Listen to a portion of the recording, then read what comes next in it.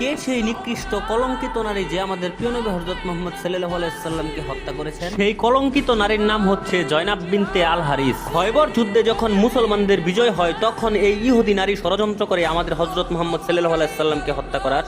সে নবীজিকে দাওয়াত দিয়ে নবীজির প্রিয় ছাগলের মাংসের সাথে তীব্র বিষাক্ত বিষ মিশিয়ে দেয়। প্রিয় নবী সাল্লাল্লাহু আলাইহি সাল্লাম এক লুকমা খাবার তার মুখে দেওয়ার সাথে সাথে অলৌকিকভাবে বুঝতে পারে যে সেই খাবারে বিষ আছে এবং ছুঁড়ে ফেলে দেন সেই খাবার, কিন্তু সেই খাবারের কিছু অংশ তার পেটে চলে যায়। সেই ঘটনার অনেক দিন পর আমাদের প্রিয় নবী হযরত মুহাম্মদ সাল্লাল্লাহু আলাইহি সাল্লাম আয়েশা রাদিয়াল্লাহু তাআলা আনহুকে বললেন, হে আয়েশা, খয়বরের সেই বিষের তীব্রতা আমি এখন অনুভব করছি। সেই বিষের তীব্রতা আমার হৃৎপিণ্ডকে ছিন্ন বিচ্ছিন্ন করে দিচ্ছে, আমি সইতে পারছি না। নবী সাল্লাল্লাহু আলাইহি সাল্লাম এত যন্ত্রণার মাঝে ইন্তেকালের পূর্বে উম্মতি উম্মতি বলে চিৎকার করতেন, এতটা ভালোবাসতেন তিনি আমাদেরকে। আপনারা যদি আমাদের প্রিয় নবী হযরত মুহাম্মদ সাল্লাল্লাহু আলাইহি সাল্লামকে ভালোবেসে থাকেন তাহলে কমেন্টে লিখুন আই লাভ মুহাম্মদ।